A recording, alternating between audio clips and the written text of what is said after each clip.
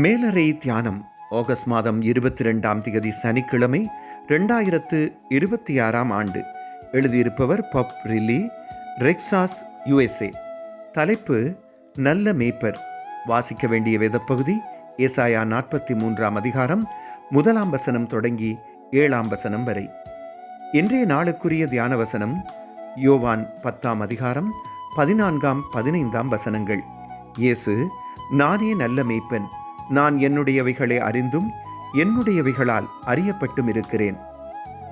அந்த வேலை உமக்குத்தான், ஆனால் 2 மணித்தியாலங்களுக்குள் ஒப்புக்கொள்ள வேண்டும் என்ற செய்தி வந்ததும் என்ன செய்வதென்று தெரியாமல் தடுமாறினேன். அந்த புதிய வேலையை ஒப்புக்கொள்ள விரும்பினேன். ஆனால் அவ்வளவு விரைவாக முடிவெடுப்பது பயமாக இருந்தது.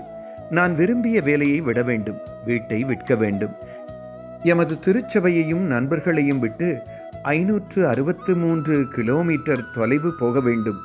நான் நினைப்பது போல இல்லாவிட்டால் நான் என்ன செய்ய வேண்டும் ஆண்டவரே என்று சத்தமிட்டு அழுது ஜெபித்தேன். பயம்தான் அதிகரித்தது. அந்த சமயத்தில், நீ என்னுடையவள் இல்லையா, என்னுடையதை நான் கவனிக்காமல் இருப்பேனா என்று சொல்வது எனக்கு கேட்டது. உடனே எனது பயம் மறைந்தது. நான் இயேசுவுக்கு சொந்தமானவன்.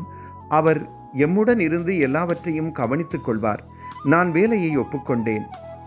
நாங்கள் அந்த இடத்துக்கு போனதும் ஒரு அற்புதமான திருச்சபை குடும்பத்தை கண்டோம். அநேக நண்பர்களையும் சேர்த்து கொண்டோம். என்ன பிரச்சனைகளை நான் எதிர்கொண்டாலும் நான் கடவுளுக்கு சொந்தமானவன் என்ற உறுதி எனக்கு அளிக்கப்பட்டிருப்பதால் நான் எதற்கும் பயப்பட தேவையில்லை. நல்ல மேய்ப்பர் எல்லாவற்றையும் கவனித்துக் கொள்வார். ஜெபம். அன்பான கடவுளே, எமக்காக தமது உயிரை கொடுத்து எம்மை தமக்கு சொந்தமாக்கிய உங்கள் குமாரன் இயேசுவுக்காக நன்றி சொல்லுகின்றோம். ஆமீன். இன்றைய நாளுக்குரிய சிந்தனை. இயேசுவே எமது நல்ல மேய்ப்பர், அவரே எம்மை வழி நடத்துவார்.